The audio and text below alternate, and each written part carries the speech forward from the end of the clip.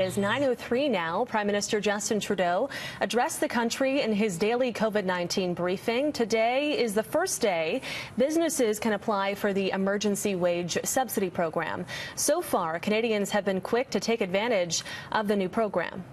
There have been over 300,000 views of the online calculator we launched last week to help businesses prepare a claim.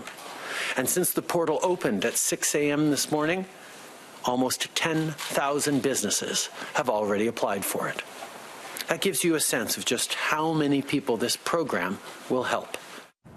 And the Prime Minister was asked again about plans to reopen the economy. He says any measures to end lockdowns will need to be put in place carefully to ensure the safety of Canadians.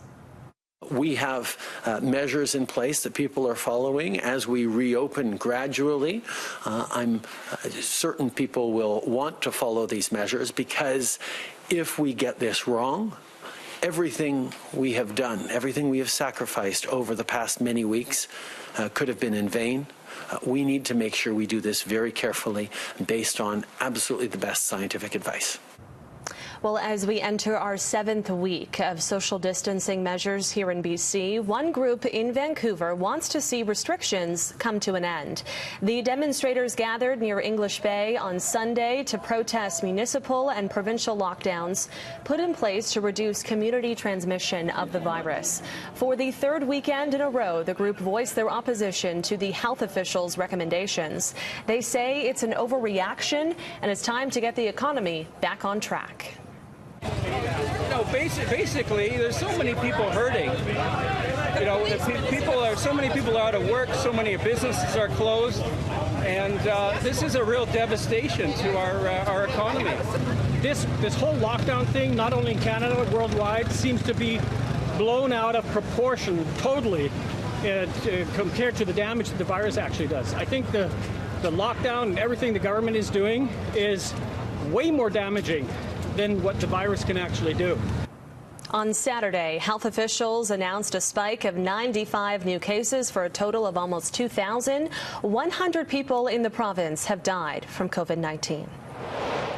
The spike in cases over the weekend has been attributed to a number of community outbreaks. There were 16 new cases at Superior Poultry in Coquitlam, in addition to 35 cases at United Poultry in Vancouver.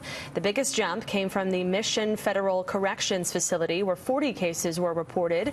A total of 106 inmates and 12 staff members have tested positive. Dr. Bonnie Henry and Health Minister Adrian Dix will be holding a press conference this afternoon at 3 p.m. BC reported its first COVID-19 related death in a First Nations community over the weekend. The First Nations Health Centre says the person was from Alert Bay, a small island community. Dr. Bonnie Henry called the news a tragedy for all of us. The BC government has announced more funding to help both seniors and caregivers through this pandemic.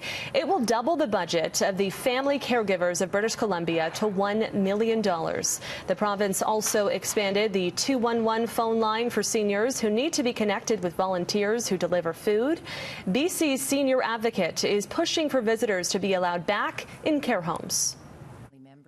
And I know that Dr. Henry has referenced this, and certainly I support the approach that says we find a way to safely allow family back into care homes. It won't look like it did before. I think we can all agree with that.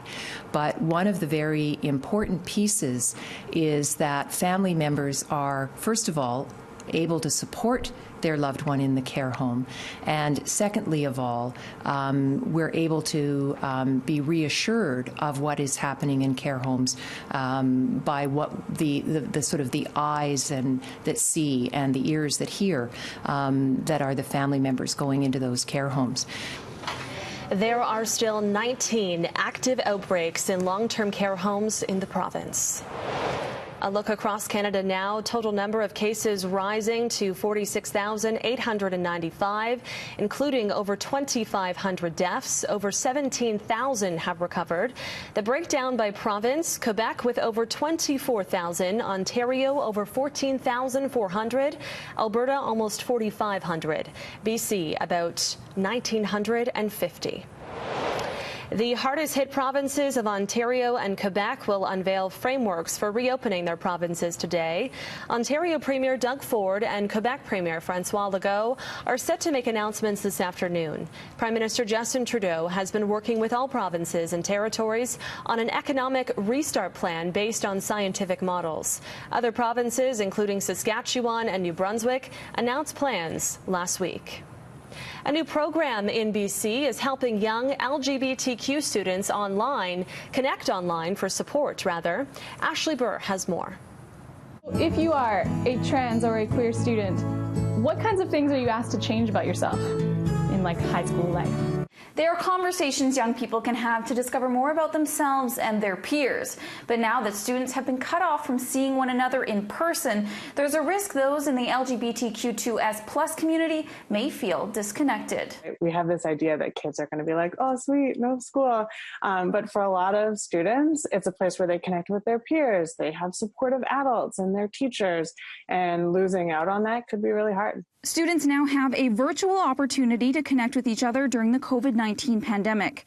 For the first time, BC's Gay, Straight, or Gender and Sexuality Alliance meetups are being held virtually, where students can join their friends online or over the phone. Just that opportunity to connect with each other can make such a big difference. A lot of students, if they are identifying as a SOGI minority, probably most of the people they're seeing every day, aka their parents, don't identify as a part of this group. Scout Gray is a SOGI 123 program lead with the ARC Foundation.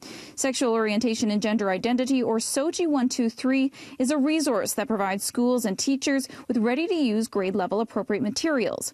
Gray held their first webinar workshop 2 weeks ago with 140 educators across BC, outlining how they can hold virtual GSA meetups while protecting students' privacy and safety. For a lot of the classes, it's a weekly thing, absolutely. So there would be a meeting maybe on Zoom, just like we're doing right now. The lead teacher, so they're just like in school, there's always a teacher who is the leader of a club. It would be the same thing if that went online. The teacher would create the group. They would say, hey, if you want to connect, come here at this time. I'll open the meeting and students can call in and just have a chance to connect. Minister of Mental Health and Addictions Judy Darcy is relieved to see the program get up and running. In a statement, she writes, these virtual meetups are absolutely vital so LGBTQ2S+ students can connect with their peers when they need it most. It's these important connections that inspire us, lift us up, and will help us all get through this uncertain time. If you are a student who's interested in the meetings, you can reach out to a teacher or a trusted person at your school to find out ways to join virtual GSA meetups in your community. In New Westminster, Ashley Burr, City News. All right, it is 9:11 now. We're going to go back to Ottawa, where federal ministers are making an announcement. Let's listen in.